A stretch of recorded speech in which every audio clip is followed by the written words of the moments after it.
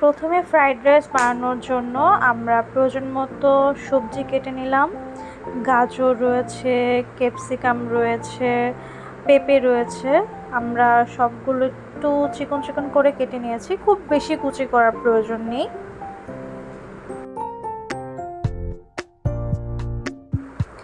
আমরা একটি সসের মিক্সচার বানিয়ে নেব। নিলাম 2 চামচ টমেটো সস, 1 চামচ সয়া সস,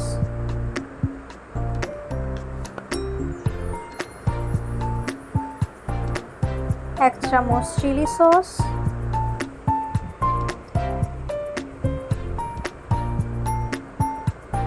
1 চামচ সুইট চিলি সস,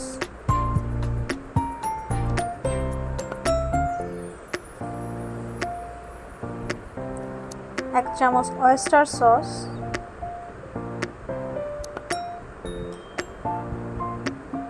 সাথে সামান্য ভিনেগার।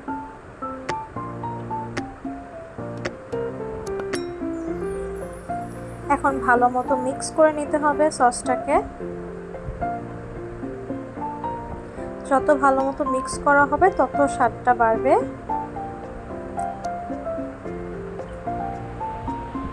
আমি অল্প পরিমাণ মাস্টার্ড সসও দিয়েছি, এটা অপশনাল, আপনাদের মন চাইলে দিতে পারেন। আমার স্বাদটা ভালো লাগে তাই আমি দিয়েছি। আমরা চলে এসেছি রান্নায়। প্রথমে চুলায় একটা প্যান বসিয়ে তেল গরম করে নিতে হবে। প্রয়োজন মতো আপনি আপনার মতো তেল দিয়ে নেন।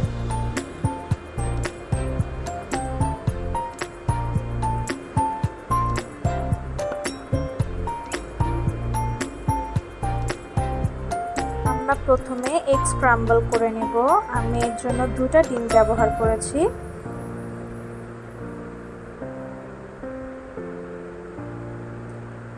ডিমটাকে একটু ভাজতে দিয়ে তারপর এটাকে ভেঙে নিতে হবে।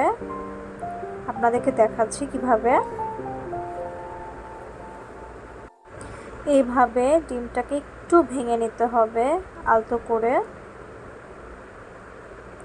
এখানে ডিম ভাঙতে গিয়ে প্যানের মধ্যে অনেক ডিম লেগে যাবে, সমস্যা নেই। আমরা এই প্যানে আবার রান্না করব, তখন বাকি ডিমগুলো রাইসের সাথে মিশে যাবে। আমরা এভাবে ডিমটাকে ভেঙে স্ক্রাম্বল করে নিচ্ছি। এখানে স্পিড বাড়িয়ে দেখানো হচ্ছে, কিন্তু কাজটা একটু আস্তে আস্তে সুন্দর করে করতে হবে।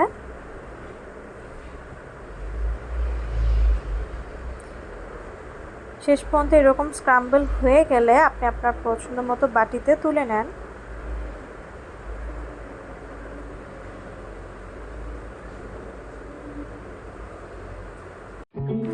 আমরা আবার তেল দিচ্ছি রাইস রান্না করার জন্য।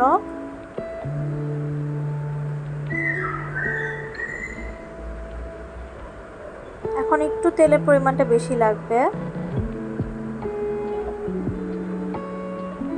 প্রথমে আমরা দিয়ে দিচ্ছি পেঁয়াজ কুচি প্রয়োজন মতো, তারপর মরিচ কাটা ছিল সেগুলো দিয়ে দিচ্ছি, তারপর একটু ভেজে নিচ্ছি।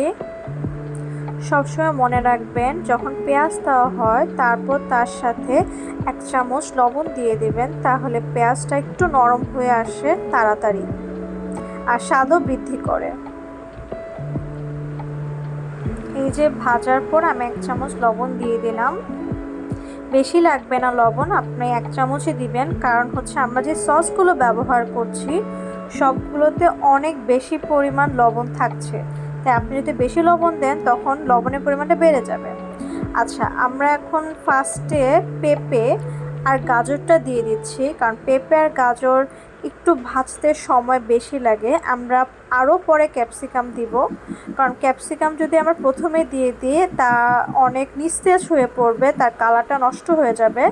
তাই আমরা প্রথম দিকে গাজর আর পেঁপেটা দিয়ে দিচ্ছি, তারপর কিছুক্ষণ সময় আমাদের ভাজতে হবে কন্টিনিউ, যেন পুড়ে না যায়। এই যে ভাজতে ভাজতে ঠিক এরকম একটা চেহারা চলে আসবে, ওই সময় আমরা ক্যাপসিকামগুলো দিয়ে দিব, তারপর কন্টিনিউ নাড়তে হবে।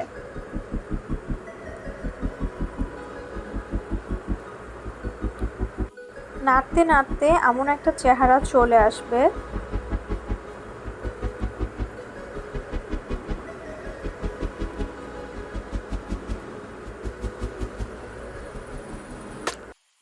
তারপর এমন চেহারা আসার পর আমরা এর সাথে রাইসটা অ্যাড করব। রাইসটা আমি পানিতে 95% করে সিদ্ধ করে নিয়েছি। পুরো 100% করবেন না কখনোই, তাহলে রাইসটা ঝরঝরা থাকবে না। আর আপনি অবশ্যই একটু বেশি পানিতে রাইসটাকে সিদ্ধ করে নেবেন যাতে আপনার রাইসটা ঝরঝরা থাকে। আমি কন্টিনিউ নাড়তে থাকছি, আমি অল্প অল্প করে রাইস অ্যাড করছি। এখানে আমি সম্পূর্ণ রাইসটা অ্যাড করেছি। আপনি আপনার চুলার জাল কমাবেন না, অবশ্যই ফুল হিটে চুলার জালটা রাখবেন এবং কন্টিনিউ নাড়তে থাকবেন। সবসময় আমরা দেখেছি চাইনিজ রেস্টুরেন্টে তারা খুব ফুল হাই স্পিডে রান্না করে এবং তাপমাত্রা সর্বোচ্চ থাকে।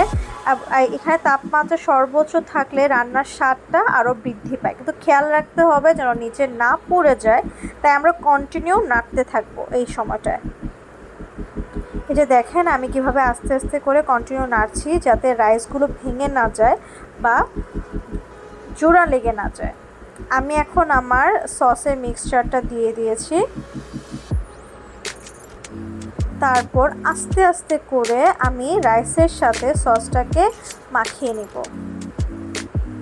এইভাবে সসটা সম্পূর্ণ মাখানো হয়ে গেছে আমার রাইসটার সাথে। আমি বাকি যে ডিম আমি স্ক্রাম্বল করে রেখেছিলাম তা আস্তে আস্তে ছড়িয়ে দিয়ে দিব।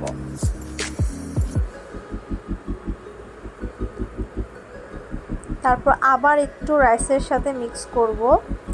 আমি ডিমটা সবার লাস্টে দেওয়াই প্রেফার করছি, তাহলে ডিমটা একটু ঝরঝরা থাকে আর ডিমটার ফ্লেভারটা মুখে আসে যদি লাস্টে আমরা দিই। তারপর সেই ফুল হাই স্পিডে জালে আমরা নাড়তে থাকবো, জাল কমাবেন না। এই যে হয়ে গেল এগ ফ্রাইড রাইস। আমার চ্যানেলটিকে সাবস্ক্রাইব করে রাখুন পরবর্তীতে আরও এমন মজাদার রেসিপির জন্য। ধন্যবাদ। Please subscribe.